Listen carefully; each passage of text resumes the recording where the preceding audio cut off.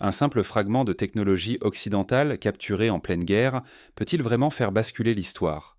Cette question, à première vue digne d'un roman d'espionnage, a pourtant trouvé une réponse brutale sur le front ukrainien. Imaginez, lors d'une opération menée près de Gouliaï-Polier le 12 décembre, un commando russe s'empare d'un système Patriot flambant neuf. Valeur de cette pièce maîtresse de la défense aérienne américaine, 150 millions de dollars. C'est plus que le budget annuel de certains États africains, plus que le coût de construction d'un hôpital de pointe, autant dire un joyau technologique et financier sans égal. Ce coup d'éclat militaire n'est pas qu'une victoire tactique.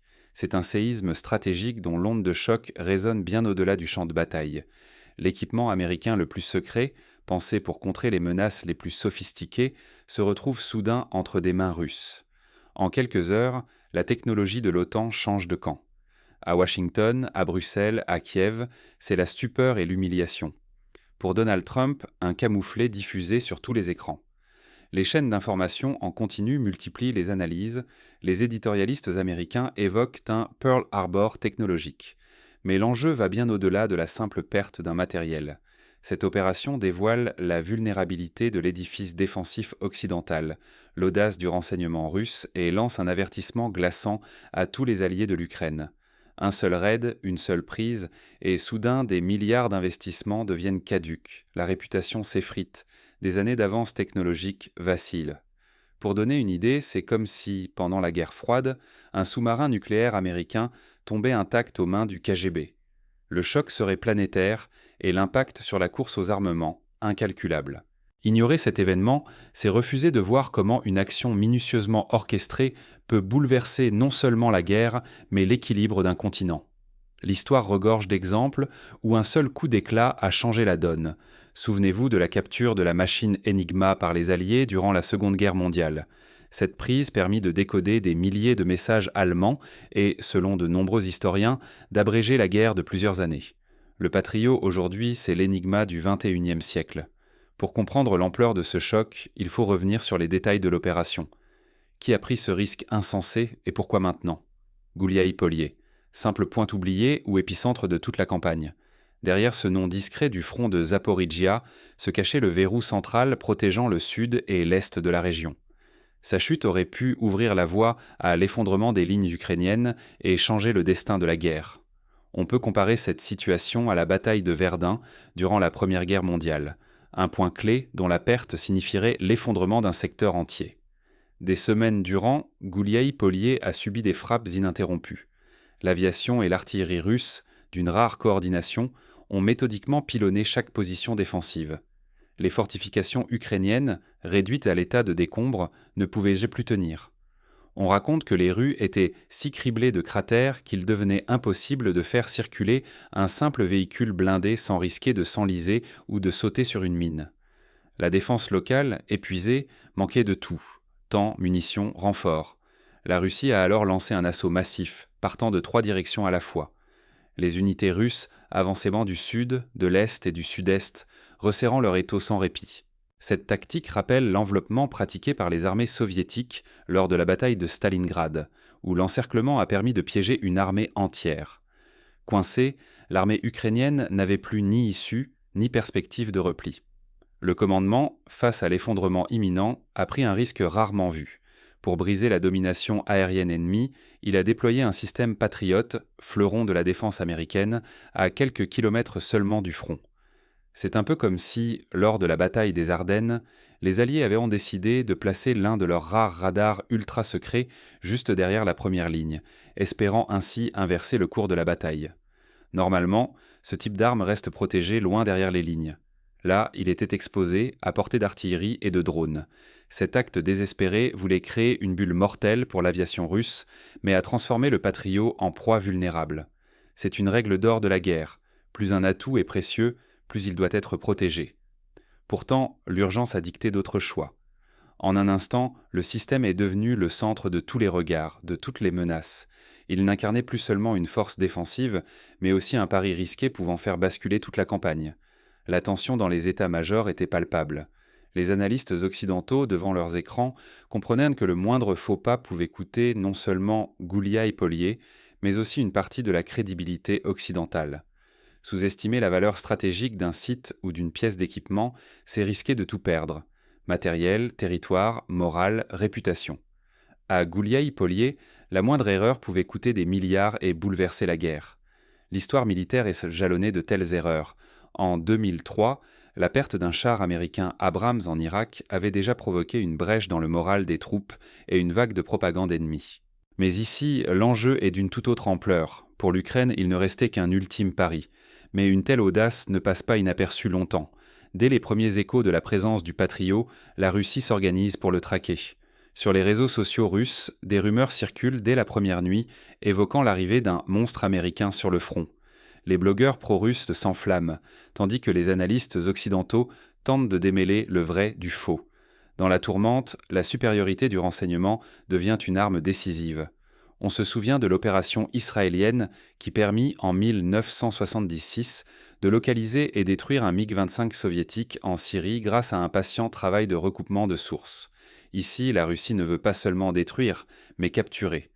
Pourquoi l'Ukraine a-t-elle osé amener un système Patriot, symbole éclatant de la puissance américaine, à moins de 10 km de la ligne de front ? Face à l'écrasante suprématie aérienne russe, les stratèges ukrainiens ont tenté un pari insensé. Stopper net l'aviation ennemie grâce à la perle de la défense occidentale. Le raisonnement était brutal. Sans défense aérienne, la ville tomberait en quelques heures. C'est un pari similaire à celui tenté par les soviétiques à Koursk, lorsqu'ils ont concentré tous leurs canons anti-chars sur une seule ligne, espérant arrêter l'élan allemand. Ici, il s'agissait d'arrêter l'hémorragie aérienne coûte que coûte. Mais exposer un bijou technologique dans la zone la plus dangereuse, c'était accepter un risque colossal. À cette portée, l'artillerie, les drones kamikazes ou même un petit commando pouvaient transformer ce trésor en débris fumants. Un Patriot n'est jamais conçu pour la première ligne. Il protège d'ordinaire des infrastructures vitales, loin du tumulte. Cette décision aurait probablement scandalisé tout officier formé dans une académie militaire occidentale. C'est là que l'efficacité du renseignement russe a tout changé. Les satellites scrutaient chaque convoi suspect. Sur le terrain, des agents infiltrés transmettaient les coordonnées exactes des hangars de fortune camouflant le système. Enfin, des drones de reconnaissance ont confirmé la présence de la cible, croisant les données pour une localisation chirurgicale. C'est une synergie digne des meilleures opérations de la CIA durant la guerre froide, où la coordination entre espionnage humain et technologique faisait la différence. Mais l'ordre de Moscou était strict. Il ne fallait pas détruire le Patriot, mais le capturer intact. L'enjeu dépassait la victoire symbolique. Il s'agissait d'accéder à la technologie la plus avancée de l'Occident, d'en percer les secrets et de bouleverser durablement l'équilibre stratégique. On retrouve ici une logique qui a animé toutes les grandes puissances. Souvenez-vous du MiG-25 Foxbat capturé par les Japonais en 1976, puis étudié par les Américains pour percer les secrets de l'aviation soviétique. Chaque morceau récupéré devenait une mine d'or pour les ingénieurs. Profitant du chaos qui régnait à la suite de l'effondrement du front, une unité spéciale russe s'est infiltrée derrière les lignes, masquée par la confusion. Leur progression, méthodique et muette, suivait le tempo des combats et des replis. Chaque seconde comptait. La moindre erreur pouvait faire échouer la mission, entraîner des pertes ou même retourner l'humiliation contre la Russie. Les opérateurs du commando étaient entraînés à l'extrême, capables de survivre plusieurs jours sans ravitaillement, munis de systèmes de communication cryptés et d'armes silencieuses. Leur règle d'or, la patience. Les soldats russes ont attendu, immobiles dans l'ombre, que l'équipage ukrainien relâche sa vigilance. Puis, dans un silence terrifiant, ils ont neutralisé la défense sans un coup de feu inutile, prenant le contrôle du système sans alerter les forces voisines. C'est une technique inspirée des Spetsnaz, ces forces spéciales russes déjà célèbres pour leurs infiltrations spectaculaires en Afghanistan dans les années 80. L'exfiltration a été menée avec une précision glaciale. Des blindés ont sécurisé le périmètre, tandis que le précieux Patriote était remorqué hors du champ de bataille, sans perte ni tir d'alarme. Ce qui aurait pu tourner au désastre s'est mué en prouesse, un trophée technologique arraché au chaos, sans que le reste du front ne s'en aperçoive. Les images satellites montrent une colonne de véhicules quittant le secteur au petit matin, sans que l'aviation ukrainienne n'ose intervenir. Mais au-delà de l'exploit opérationnel, c'est tout l'équilibre technologique qui vacille. L'Occident découvre soudain la vulnérabilité de ses propres armes. Pour la première fois depuis la guerre froide, un système de défense aérienne occidentale de pointe passe entre les mains de son adversaire direct, sans même être détruit.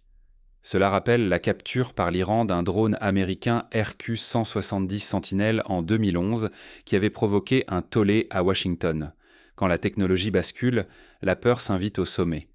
À peine le système Patriot capturé, il disparaît, transféré dans un centre ultra sécurisé au cœur de la Russie. Les ingénieurs s'activent, chaque radar, chaque lanceur, chaque circuit est démonté, scruté, modélisé. Leur mission ? Percer les codes, exploiter la moindre faille, saisir l'ingéniosité américaine pièce par pièce. On imagine des ingénieurs russes en IUPS travaillant jour et nuit, comme lors de la course à l'espace, pour extraire le maximum de secrets de ce trésor. Ce secret arraché vaut des milliards de dollars. Ce n'est plus seulement une arme, c'est toute une génération de savoir militaire, fruit de décennies américaines, qui changent brutalement de camp. À Washington et Bruxelles, la panique éclate. Réunion d'urgence, état-major fébrile, ministre pris de court, comment réagir alors que le fleuron de la défense occidentale vient d'être éventré ? La défiance se propage. Si un patriote tombe, qu'en est-il des autres systèmes ? La confiance dans la technologie américaine vacille. Alliés et partenaires doutent, s'interrogent. Leurs propres défenses sont-elles vraiment sûres ? L'Ukraine, pressée de préserver ses rares systèmes, doit les éloigner du front. Dans la foulée, la couverture anti-aérienne s'effondre sur le secteur. La voie s'ouvre pour l'aviation russe. Sans crainte de riposte, bombardiers et chasseurs multiplient les frappes. L'avance au sol s'accélère.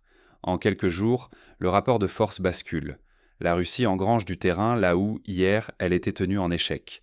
On assiste à une répétition de ce qui s'est produit lors de la campagne du désert en 1991, lorsque la destruction des radars irakiens avait ouvert la voie à un bombardement massif. Le choc déborde le champ de bataille. Les marchés de l'armement frémissent, les contrats de maintenance sont menacés, la réputation de l'industrie militaire occidentale vacille. Fermer les yeux, c'est risquer de retrouver ses propres armes ou des copies perfectionnées face à soi sur d'autres fronts, et voir la confiance entre alliés se fissurer, chacun redoutant pour ses secrets. Certains experts évoquent déjà le risque de voir apparaître, d'ici quelques années, des systèmes russes inspirés du Patriot, intégrant ces points forts à leur propre doctrine. Mais pour Moscou, cette victoire n'est qu'un début. Les prochaines semaines vont révéler jusqu'où les Russes sauront exploiter ce trésor technologique. Il est probable que des équipes mixtes, associant militaires et ingénieurs, planchent déjà sur la création de contre-mesures ou sur l'intégration des éléments du Patriot dans les systèmes S-400 et S-500. Un trophée militaire, oui, mais avant tout un triomphe de l'ingéniosité, un coup de semonce que nulle puissance ne pourra ignorer sans péril. Les écoles de guerre du monde entier analyseront cette opération, à l'instar de la prise du char Tigre par les Alliés en 1943, qui permit d'en comprendre les failles et de développer des armes adaptées. La prise du Patriot par les forces russes n'est pas un simple exploit à glisser dans un rapport confidentiel. C'est une leçon magistrale qui sera décortiquée dans chaque académie militaire, tant elle incarne la symbiose de l'espionnage, de la planification méthodique et de l'audace calculée. C'est la démonstration que la guerre moderne ne se limite pas à l'emploi de missiles ou de drones, mais repose sur la capacité à surprendre, à anticiper et à exploiter chaque opportunité. Les stratèges russes ont saisi un point crucial. La guerre du XXIe siècle ne se joue plus seulement à coups de canon, mais à coups d'esprit. Cette opération en est la preuve éclatante. Elle pulvérise le mythe d'une invulnérabilité occidentale, exposant une faille béante. Pour la première fois depuis des décennies, une technologie américaine de pointe, vantée comme imprenable, passe à l'ennemi. C'est bien plus qu'une perte matérielle, c'est un séisme doctrinal et symbolique. Ce revers force l'Occident à revoir d'urgence ses procédures, ses déploiements et surtout sa confiance aveugle dans ses propres systèmes. Sous-estimer la patience et l'adaptabilité de l'adversaire, c'est risquer des désastres irréparables. Les livres d'histoire retiendront peut-être cette opération comme le moment où la suprématie occidentale a été sérieusement remise en question. Pour la Russie, ce butin représente une aubaine technologique inespérée. Chaque composant, chaque circuit du Patriot sera scruté, copié, parfois dépassé, afin d'alimenter la prochaine génération d'armements russes. Ce n'est pas qu'une victoire sur le terrain, c'est un accélérateur d'innovation pour toute l'industrie de défense du pays. On peut imaginer que les ingénieurs russes chercheront à intégrer certaines innovations américaines dans leurs propres missiles ou à développer des brouilleurs spécifiquement conçus pour neutraliser les futurs Patriots. À l'inverse, comme pour l'Occident, ce camouflet impose une remise en question brutale. La supériorité technologique n'est plus une assurance tous risques. Il faut dorénavant anticiper l'ennemi, protéger les secrets industriels et éviter toute précipitation qui transformerait un avantage stratégique en talon d'Achille. Les États-Unis devront sans doute revoir leurs procédures de destruction rapide du matériel sensible et former leurs équipages à l'évacuation ou à la neutralisation d'urgence. Ignorer la leçon de cette opération, ce serait condamner son armée à revivre le même cauchemar, chaque fois plus coûteux. Dans l'arène des grandes puissances, la moindre erreur se paye comptant. Seule la capacité à apprendre et à s'adapter garantit la survie. Les stratèges américains devront s'inspirer, peut-être, de l'après Pearl Harbor, où chaque faiblesse révélée a été corrigée avec une rigueur implacable. Ne rien retenir de cette défaite, c'est déjà préparer la suivante. Mais comment, précisément, une telle opération a-t-elle pu réussir là où tant d'autres ont échoué ? Le détail du plan russe, resté secret jusqu'ici, révèle l'étendue d'une stratégie patiemment tissée. Les Russes n'ont pas agi dans la précipitation. Ils ont attendu que le front s'effondre, que la panique gagne les défenseurs, que le Patriot soit isolé, privé de soutien. Ils ont exploité la confusion, la fatigue, l'urgence. C'est la méthode du chasseur, qui attend que la proie soit vulnérable avant de frapper. L'histoire militaire offre des dizaines d'opérations similaires, où la patience et l'observation ont permis de retourner une situation désespérée. On pense à l'opération britannique qui permit la capture du radar allemand Würzburg durant le raid de Grunwald en 1942. Ce radar, démonté et analysé, permit de percer les secrets de la détection allemande et d'adapter les contre-mesures alliées. Un Patriot perdu, un monde ébranlé. Et vous, qu'auriez-vous fait à leur place ? Seriez-vous resté fidèle au manuel ou auriez-vous osé l'impossible pour inverser le cours de la guerre ? Au terme de cette opération, une vérité brutale s'impose. La capture du système Patriot près de Gouliaï-Polier n'est pas un simple fait divers militaire, mais un séisme stratégique. Elle expose d'un coup la fragilité de nos certitudes technologiques, forgées au prix de milliards d'euros, de décennies de recherche, de traités complexes et d'alliances qu'on croyait indéfectibles. Pour la première fois, depuis très longtemps, l'Occident se découvre vulnérable et doit affronter la réalité d'une guerre où l'innovation ne suffit plus sans une stratégie d'ensemble. Un unique équipement ultramoderne, censé incarner la suprématie aérienne occidentale, passe à l'ennemi. Ce n'est pas qu'un revers matériel ou financier colossal, c'est la remise en cause d'une doctrine entière, celle qui croyait que la technologie pouvait, seule, garantir la sécurité.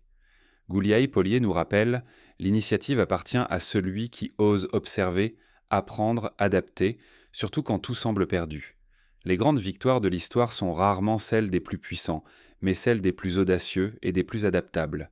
Cet événement n'est pas une anecdote tactique. Il révèle l'affrontement entre la planification occidentale, souvent rigide, et la flexibilité russe. La leçon est limpide. Aucune barrière n'est infranchissable, aucune alliance n'est invulnérable. La guerre, comme la pensée stratégique, ne tolère ni complaisance ni déni. L'inaction, l'arrogance ou le refus de changer se paient en chair. Aujourd'hui, c'est un Patriot. Demain, l'équilibre tout entier peut vaciller. Face à ce choc, la vraie question n'est pas « comment les Russes ont-ils fait ?», mais bien « qu'aurions-nous fait à leur place ?» Aurions-nous eu l'audace de voir l'opportunité, de prendre le risque, d'anticiper l'imprévu, ou serions-nous restés prisonniers de nos certitudes et de nos règlements ?